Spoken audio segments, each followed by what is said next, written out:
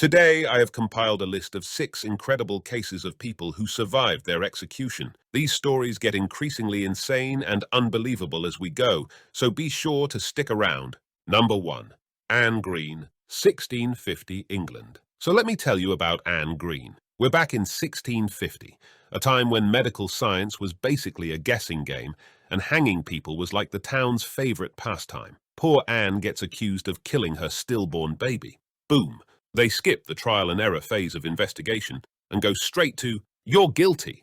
Let's hang you." Because, logic. So, they hang her. She's officially declared dead, and the crowd probably went off to grab some medieval popcorn or whatever they snacked on back then. But hold on. This story's just warming up. Instead of leaving poor Anne to rest in peace, the geniuses in charge sent her to the local doctors for some post-hanging dissection fun, because sure, why not?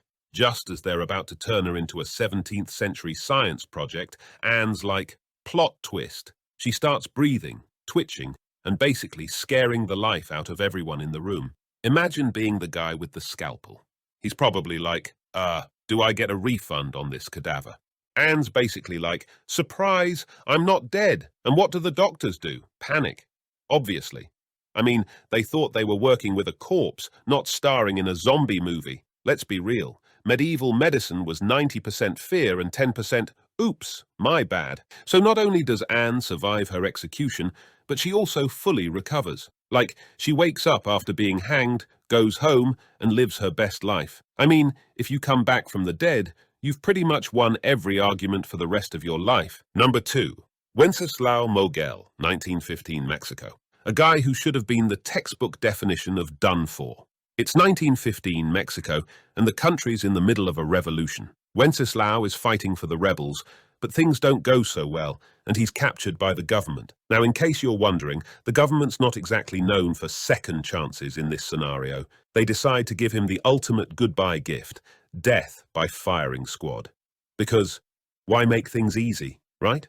So, they line him up, give him the full firing squad treatment. And when I say full, I mean full. They don't skimp on the bullets.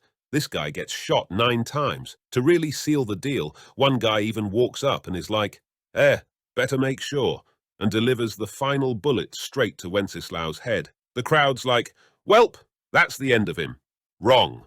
Somehow, Wenceslao survives this bullet buffet, including the headshot. This dude's built like a character from a video game with infinite lives. Instead of staying down like any normal person would, he decides, nah, I'm good, and just leaves. This guy got hit with a 9-piece combo meal of bullets and said, I'm out of here. Like, how do you even escape after being shot in the head? Wenceslao doesn't just survive, he lives to tell the tale. This man literally got shot 9 times, took one to the head and still said, peace, I'm out. Number 3. Joseph Samuel, 1803 Australia. Let's head down to Australia in 1703. Where Joseph Samuel, a guy convicted of robbery and murder, was supposed to take a one-way trip to the afterlife. The punishment? Hanging. Pretty straightforward, right? Except, apparently, no one told Joseph because he turned the whole execution into a blooper reel. So they lead him to the gallows, slap the rope around his neck, and snap, the rope breaks. Now, usually, that's the part where everyone gasps dramatically. But the executioner, he's like, oh, no worries, mate. Let's just try that again. So they fix the rope and go for round 2. The second rope snaps like it's made of spaghetti. But no, the executioner's not giving up. This guy's like, 3rd time's the charm, right? So they bring out a new rope and go for round 3. They've tried to hang this guy 3 times, and each time the rope's like, nah, I quit. You can almost hear the universe going, sorry, Joseph. Today's not your day to die. After 3 failed attempts, someone finally says, you know what? Maybe the universe is telling us something, and they decide to commute his sentence to life in prison. So instead of being known as the guy who got hanged, Joseph becomes the guy who refused to get hanged, no matter how hard they tried. I hope you're enjoying the video. Please be sure to leave a like and subscribe so that more interesting videos will show up in your recommended videos. It's a win-win. Number 4. John Babam Lee, 1885, England. Meet John Babam Lee, a guy who managed to turn his execution into the most frustrating day ever for everyone involved. In 1885, he was sentenced to hang for murder, but there was just one tiny problem. They couldn't actually hang him. John quickly earned himself the nickname, the man they couldn't hang. So they get John up on the gallows, put the noose around his neck, and the executioner pulls the lever. Easy peasy, right? The trapdoor doesn't open. I mean, how hard can it be to build a working trapdoor? They literally have one job, make the floor disappear. But nope, this thing is stuck like it's got stage fright. Any normal person would call it a day at this point. But no, the executioner's like, all right, let's try that again. They reset everything. John's standing there like, guys?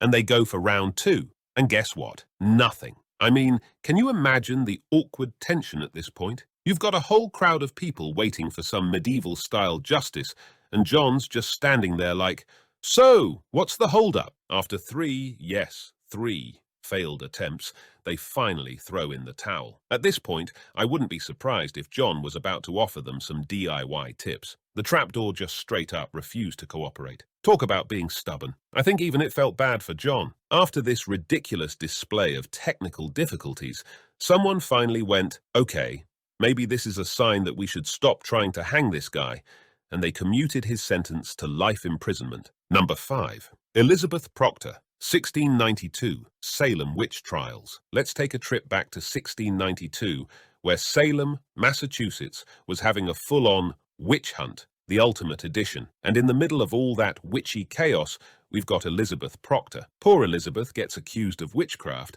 because apparently, back then, if you looked at someone the wrong way, bam, you're a witch. So, Elizabeth finds herself sentenced to death because, why not? But here's the twist. She's pregnant. And it turns out, even in a witch-hunting frenzy, they had some limits. Can't have a 2-for-1 deal, right?